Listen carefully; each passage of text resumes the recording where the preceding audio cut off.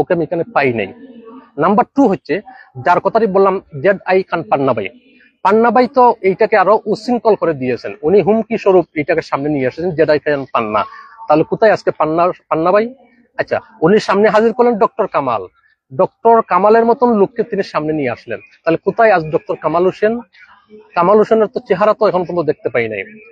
এমনকি পান্না ভাইকে এখানে দেখতে পাই নাই, পান্না ভাইয়ের কোন কর্মীকে এখানে দেখতে পাই নাই। তাহলে এই ধরনের অহেতুক একটি পরিবেশ একটি শান্ত পরিবেশ, দেশের অবস্থাটা এমনিতে বিভিন্ন জটিলতায় যাচ্ছে। এই শান্ত দেশকে কেন তারা এই উস্কানি দিয়ে অশান্ত করার একটি পরিবেশ চক্রান্তে ওরা নিয়ে যাচ্ছে? এই আওয়ামী লীগের কিছু এই উস্কানিদাতারা এদেরকে দৃষ্টান্তমূলক শাস্তি দাবি করছে। এখন এখানে আসার পরে যে কয়েকটি ঘটনা সরেজমিন আমি 3-4টি ঘটনার চাক্ষুষ প্রমাণ, তার মধ্যে সর্বশেষ ঘটনা যা কিছুক্ষণ আগে ঘটেছে, এই আমি এখন যেখানে দাঁড়িয়ে আছি, এইখানে দাঁড়িয়ে যে কথা বলতেছি, এইখান থেকে সামনে একটু পশ্চিম পাশে যে ঘটনাটা ঘটে, আমি দাঁড়িয়ে আছি, মোবাইলে কথা বলতেছি।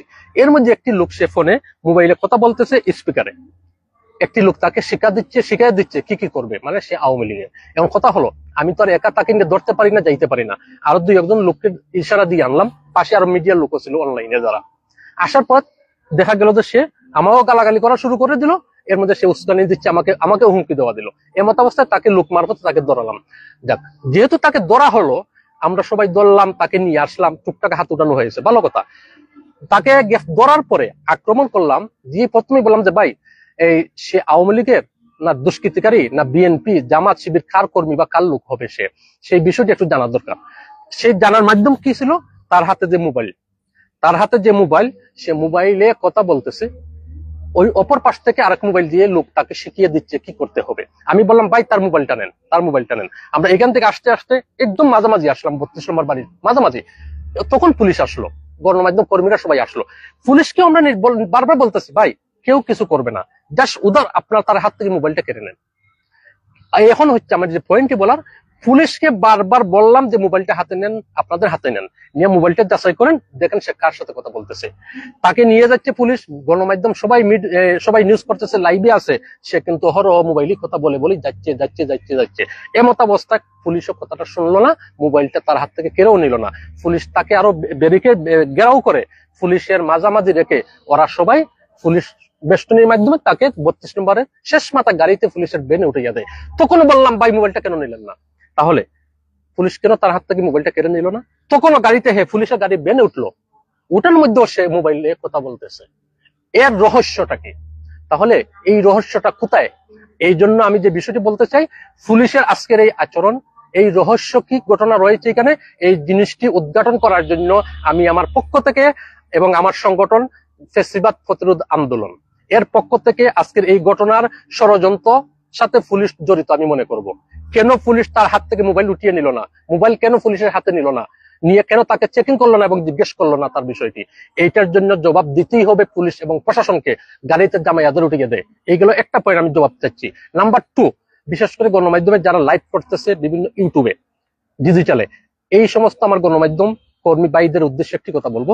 আমার হাতে 4টা পত্রিকার লিঙ্ক এই মুহূর্তে রাখা সংরক্ষিত, তথ্য দেব। 4টা পত্রিকার লিঙ্ক অনলাইনে বিভ্রান্তি ছড়িয়ে যাচ্ছে। কি ছড়িয়ে যাচ্ছে?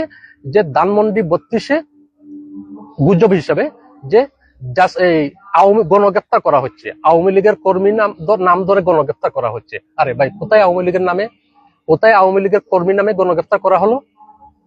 কোথায় আওয়ামী লীগের নামে এখানে গণগ্রেপ্তার করা হলো? এই প্রশ্নটা আমার জানা অত্যন্ত জরুরি।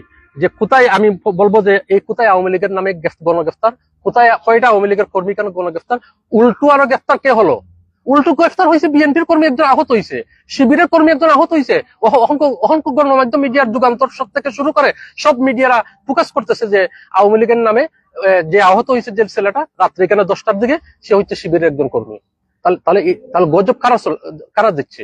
আর এইখানে কিছুক্ষণ আগে এই ঘটনাকে প্রোটেকশন করে আওয়ামী লীগের নেতা কর্মী গণগ্রেপ্তার। আরে ভাই, কোথায় আওয়ামী লীগের নেতা কর্মীদের অহর গণগ্রেপ্তার করা হচ্ছে রে ভাই? এই জিনিসটি আমার জানার, গণমাধ্যম এবং মিডিয়ার প্রতি আমি দৃষ্টি আকর্ষণ করবো। আরে ভাই, আপনারাও যদি গুজব ছড়াইয়া দেন, আর আমাদের এই গণমাধ্যম থেকে যে গুজবটা ছড়ে, তার মানুষ কোথায় যাবে, সে কাকে বিশ্বাস করবে? এই ধরনের বিভ্রান্তি অপপ্রচার সবাই বন্ধ করুন। সেই দৃষ্টি আকর্ষণ করে আমি আমার কথা শেষ করছি। আল্লাহ হাফেজ, আসসালামু আলাইকুম।